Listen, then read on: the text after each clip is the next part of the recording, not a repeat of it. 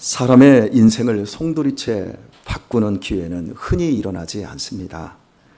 대부분은 기회가 와도 그 기회를 알아보지 못하고 스쳐 지나갑니다. 그러나 어떤 사람은 단 한 번의 기회를 통해 구원의 문으로 들어가는 축복을 누리기도 합니다. 성경에는 극적인 인생 반전의 이야기가 있습니다. 바로 예수님과 함께 십자가에 못 박힌 강도의 이야기입니다. 그는 도둑질과 폭력과 파괴와 무엇 하나 내세울 것 없는 인간 쓰레기였습니다. 그런 그에게 사형받는 죽음의 날 가장 엄중한 장소에서 지척에서 예수님을 만나게 됩니다. 세상 모든 사람들이 십자가에 못 박힌 예수님을 향해 비아냥과 조소를 보낼 때 강도는 이렇게 말을 했습니다. 예수여, 당신의 나라에 임하실 때에 나를 기억해 주소서. 그 짧은 고백, 자격 없는 자의 청혼 한마디에 놀랍게도 예수님의 입에서 엄청난 약속이 나옵니다. 내가 진실로 네게 이르노니 오늘 네가 나와 함께 낙원에 있으리라. 기적 같은 일이었습니다. 그의 삶을 보면 구원의 가능성은 전혀 없었습니다. 그는 지옥으로 직행해야 맞습니다. 그런데도 그는 자신의 마지막 호흡이 닿기 직전 단 한 번의 타이밍을 붙들어 구원의 문으로 들어간 겁니다. 이 강도의 이야기는 우리에게 이렇게 말하고 있습니다. 기회는 짧다. 그러나 붙잡는 자에게는 영원하다. 참으로 귀한 말 같지 않아요? 기회는 짧다. 그러나 붙잡는 자에겐 영원하다. 기억하셨으면 좋겠습니다. 반면 어떤 이들은 수많은 기회 앞에서도 그것이 기회인 줄 모른 채 영원한 어둠 속으로 사라지고 맙니다. 오늘은 바로 그 이야기를 나누려고 합니다. 성경에는 결정적인 타이밍을 놓친 사람들이 등장을 합니다. 첫 번째는 방주를 만든 노아와 같은 장소에서 동시대를 살아냈던 사람들입니다. 노아 가족에 의해 커다란 나무가 베어지고 켜지고 맞춰지는 톱질과 도끼질, 망치질하는 소리, 이 과정은 하나님께 돌아오라는 부드럽고도 강한 초대장이었습니다. 그 소리는 하루 이틀이 아니라 거의 120년도 넘게 울려 퍼졌습니다. 그러나 사람들은 노아를 비웃었습니다. 홍수 심판이라니, 저 정신이 없구나, 저 정신 하나도 없다, 저거 제정신 아니다 라고 조롱을 했습니다. 대홍수가 시작되고서야 그들은 자신들의 인생에서 절대적인 타이밍을 놓친 것을 알고 후회했지만 후회해도 소용이 없었습니다. 두 번째는 아간입니다. 그는 하나님의 명령을 어기고 여리고성에서 전리품 일부를 은밀히 훔쳐 숨깁니다. 하나님은 아간을 곧바로 벌하실 수 있었지만 무려 3번의 제비 뽑기를 통해 그에게 돌이킬 기회를 주십니다. 자기 지파가 뽑힙니다. 두 번째, 자기 가문이 뽑힙니다. 세 번째, 자기 집안이 뽑힐 때 하나님은 지금이라도 돌이키라는 경고를 보낸 것입니다. 하지만 자신에게로 좁혀오는 제비 뽑기에도 아간은 설마 하다가 결국 심판의 시간과 입닫고 말았습니다. 마지막 4번째 제비가 자신에게로 향함으로 그는 가족과 함께 돌에 맞아 죽고 말았습니다. 이 두 이야기는 우리에게 동일한 메시지를 전해줍니다. 하나님은 모든 인생에게 회개의 기회를 주시지만 그 기회를 끝없이 연장하시지는 않는다는 것입니다.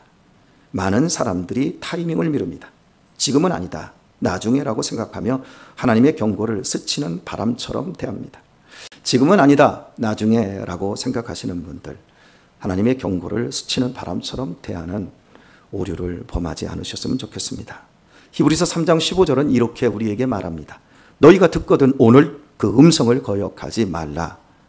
하나님은 언제나 사랑으로 오래 참으십니다.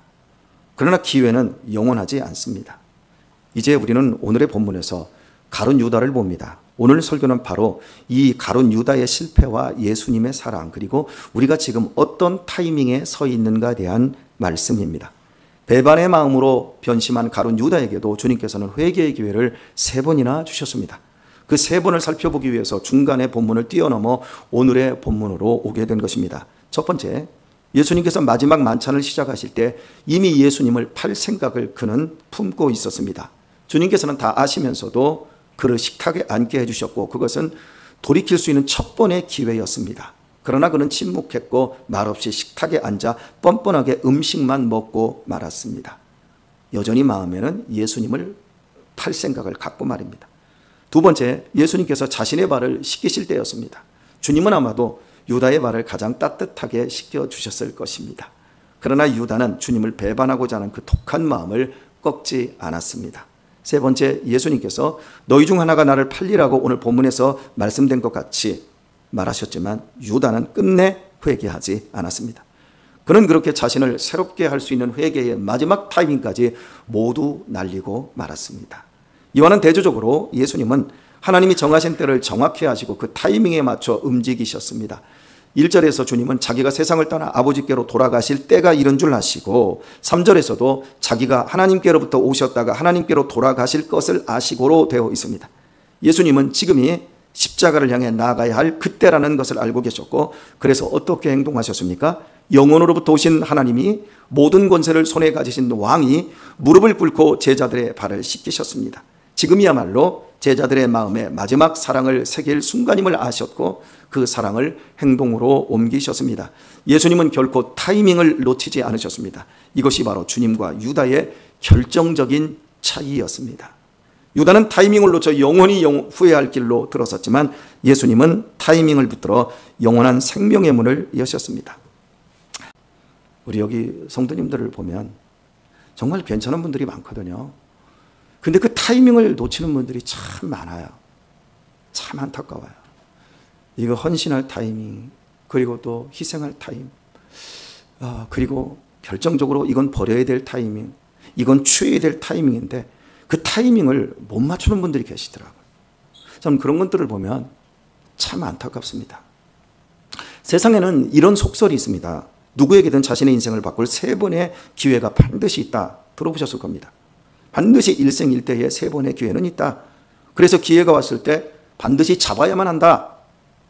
어쩜 이 속설이 성경에서 유래되었는지 모르겠습니다. 누구에게나 자신의 인생을 바꿀 3번의 기회는 있지만 대부분의 사람들이 기회를 날려버린다는 것이 문제입니다. 이유는 기회가 기회인지를 알아보지 못하기 때문입니다. 기회가 기회인 것처럼 나에게 주어지지 않기 때문에 그렇습니다. 지혜로운 눈과 지혜로운 들을 귀와 깨달을 수 있는 마음 없이는 절대 3번의 큰 기회는 포착되어지지 않습니다. 그렇기에 기회를 살리기 위해서는 반드시 지혜로운 눈과 들을 수 있는 귀와 현달한 마음이 있어야만 합니다. 세상에는 이런 속설이 있습니다. 누구에게든 자신의 인생을 바꿀 3번의 기회가 반드시 있다. 들어보셨을 겁니다. 반드시 일생일대의 3번의 기회는 있다. 그래서 기회가 왔을 때 반드시 잡아야만 한다. 어쩜 이 속설이 성경에서 유래되었는지 모르겠습니다. 누구에게나 자신의 인생을 바꿀 3번의 기회는 있지만 대부분의 사람들이 기회를 날려버린다는 것이 문제입니다. 이유는 기회가 기회인지를 알아보지 못하기 때문입니다. 기회가 기회인 것처럼 나에게 주어지지 않기 때문에 그렇습니다. 지혜로운 눈과 지혜로운 들을 귀와 깨달을 수 있는 마음 없이는 절대 3번의 큰 기회는 포착되어지지 않습니다. 그렇기에 기회를 살리기 위해서는 반드시 지혜로운 눈과 들을 수 있는 귀와 현달한 마음이 있어야만 합니다. 한나가 아빠 쪽으로 좀만 붙어. 그렇다면 기회를 포착하는 실력은 어떻게 해야 가질 수 있을까요? 태어나면서 저절로 가져지는 생득적인 것일까요? 아니면 살다 보면 저절로 우리 안에서 생겨나는 것일까요? 아닙니다. 일상의 연습과 훈련에서 이루어집니다. 축복의 기회, 회개의 기회는 훈련으로 성취되어집니다. 매일의 소소한 삶은 기회의 연속입니다. 공부와 일, 인간관계 등 모든 시간은 성실과 근면과 사랑의 기회입니다. 공부를 열심히 한 사람에게만 합격의 큰 기회가 주어지고요. 일을 열심히 하는 사람에게만 승진 혹은 더 큰 사업의 기회가 주어지고요. 인간관계를 우호적으로 성실하게 한 사람만이 더 큰 성공의 기회를 가질 수 있습니다. 물론요, 공부를 열심히 한 사람도 합격이 안 될 수 있습니다. 일을 열심히 했는데도 승진이 안 되고 더 큰 사업의 기회가 주어지지 않을 수도 있습니다.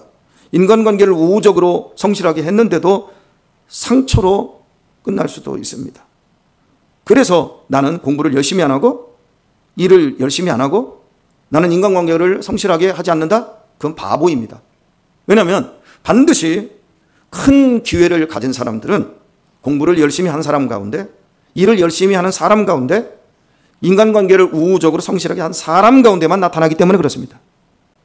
매사 공부나 일을 불성실하게 하고 인간관계를 가볍게 하는데 어떻게 자신의 인생을 이롭게 할 큰 기회가 올 수 있겠습니까? 그런 일은 없습니다, 여러분. 결국 노아 시대의 사람들도 아간도 그리고 가룟 유다도 메사의 작은 기회들을 불성실하게 산 사람들입니다. 100년 이상 방주를 만드는 것을 보면서도 모든 기회를 100년 동안 다 날려버리지 않았습니까? 제비뽑기를 통해 자신에게 좁혀오는 위기에도 회개의 기회를 그냥 외면하지 않았습니까? 일상을 외면한 겁니다. 인간의 감정을 뛰어넘는 주님의 사랑에도 회개는커녕 마음을 마귀에게 주지 않았습니까? 그들의 평소 삶이 세상과 세상의 쾌락과 욕망을 사랑함으로 참된 신앙 훈련에 불성실했기 때문입니다. 반면 주님은 인간의 몸을 입으시고 그 짧은 인생을 사시는 동안 사랑과 섬김으로 당신을 갈고 닦으셨기에 결정적인 타이밍에 스스로 낮아지셔서 제자들의 발을 닦아주시고 십자가로 나아가실 수 있었던 것입니다. 그리고 그 십자가는 후회와 고통이 아니라 구원의 문 부활의 모태가 될 수 있었습니다. 그러므로 우리는 오늘 이 본문 앞에서 반드시 질문을 해야 합니다. 나는 지금 어떤 타이밍 안에 서 있는가? 지금 나는 어떤 타이밍이 나에게 절대적으로 필요한가? 자리만을 탐하며 눈과 귀가 말씀으로부터 멀어지고 있는가? 아니면 주님처럼 매사 사랑과 섬김의 타이밍을 선택하며 절대적인 기회를 만들어가고 있는가? 주 안에서 사랑하는 우리 교우 여러분, 혹시 지금 내 인생의 계기판에 경고등이 켜져 있지 않은지 살펴보실 수 있기를 바랍니다. 우리 성도님들과 대화를 나누다 보면 이런 고백을 하시는 분들을 보게 됩니다. 그때 목사님 말씀 들었으면 좋았을까? 제가 괜한 고집 부리다가 오늘 이렇게 되었습니다. 혹은 그때가 정말 결정적인 때였는데 그걸 몰랐으니 그저 안타깝기만 합니다. 아쉬워하는 분들이 계십니다. 중요한 사실은 결정적인 때를 놓치는 이런 후회와 아쉬움은 앞으로도 계속될 것이라는 데에 있습니다. 이유는 순간순간을 하나님이 주신 기회로서 성실하게 살지 않는 사람은 절대 큰 기회를 포착할 수 없기 때문입니다. 이런 분들은 마음의 눈과 마음의 귀가 멀어서 지금 현재 쏟아지고 있는 하나님의 사랑을 절대 보지 못합니다. 즉 지금 이곳에 내 인생과 문제를 바꿀 기회가 있음을 보지 못합니다. 그리고는 조금 더 나은 환경과 조건을 찾습니다. 육적으로는 나에게 맞는 회사가 있고 상사가 있고 일이 있으리라고 생각합니다. 영적으로는 나에게 맞는 교회가 있고 나의 영적 취향을 만족시켜줄 딱 맞는 교회와 목사님이 있으리라고 착각합니다. 그리고 찾아 헤매지만 그런 파랑새는 이 세상에 없다라는 걸 아십니까? 나에게 맞는 회사 없습니다. 나에게 맞는 일 없습니다. 나에게 맞는 상사 없습니다. 나에게 맞는 교회 없습니다. 나에게 맞는 목사는 없습니다. 언제나 모자라고 불만족스럽고 고통스럽습니다.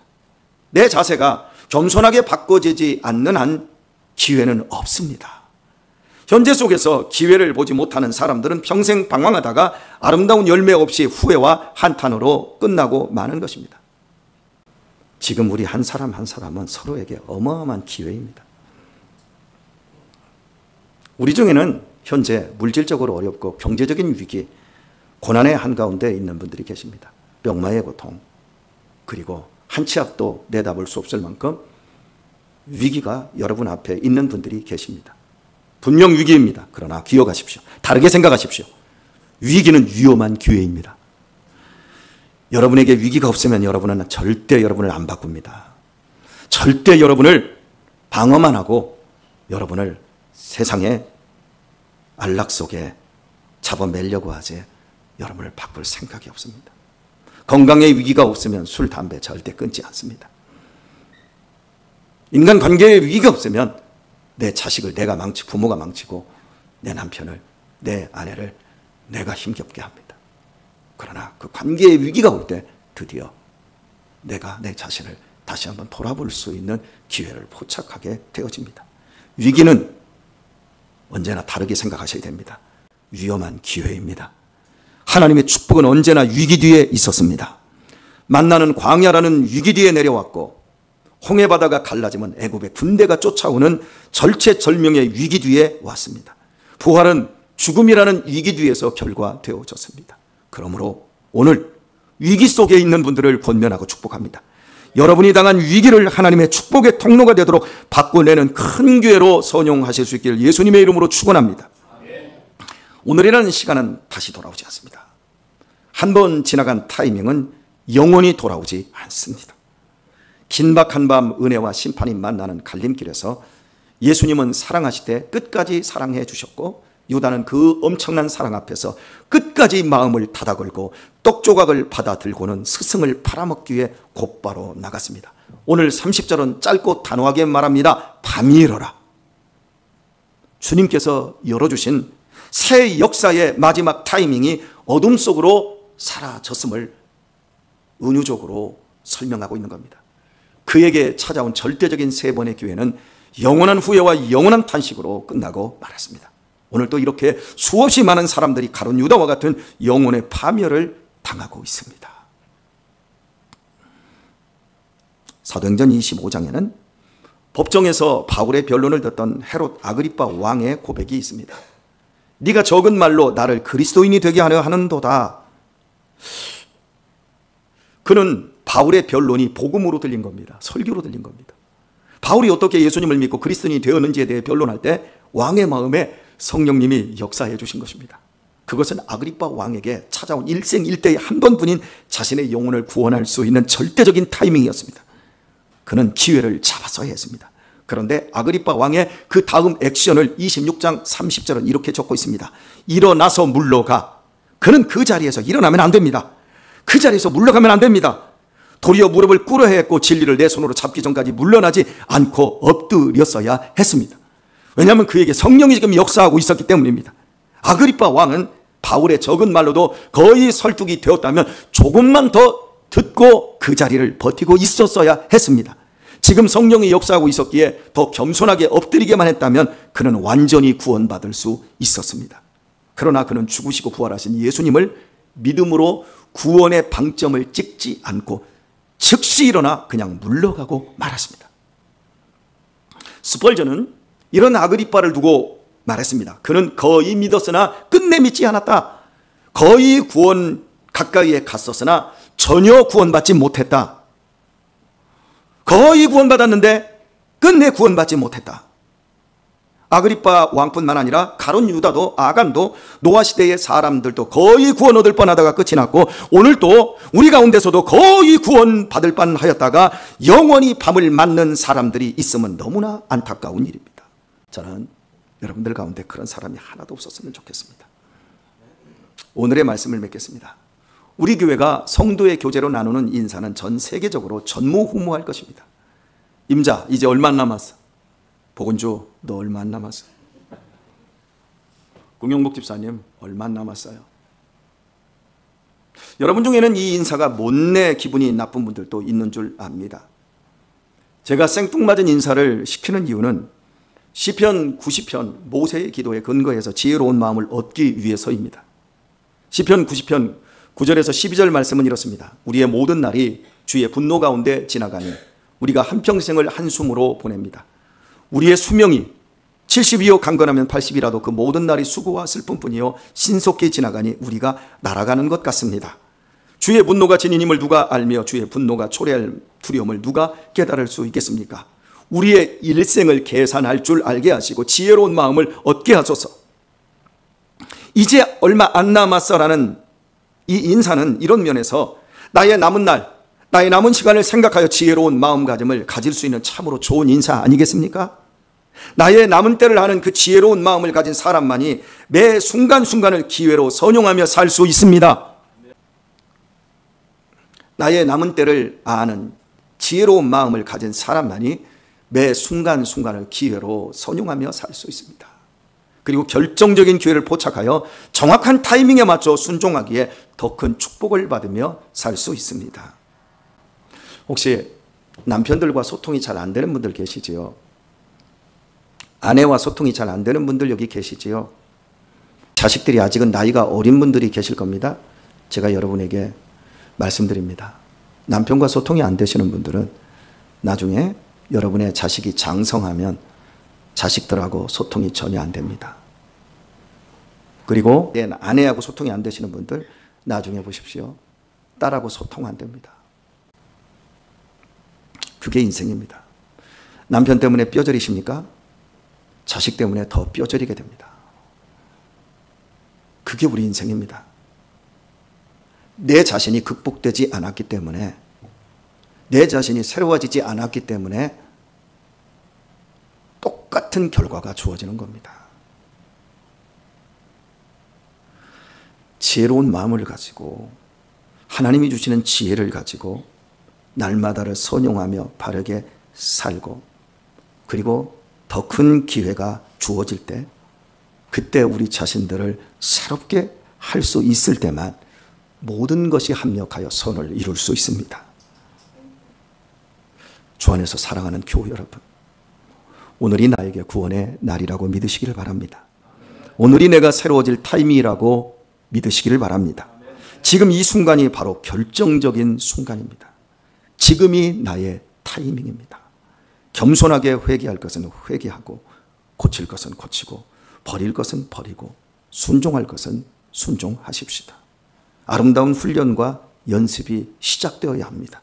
부디 지혜로운 마음으로 남은 생애를 광명한 빛을 향해 나아가는 성도들 되시길 예수님의 이름으로 축원드립니다.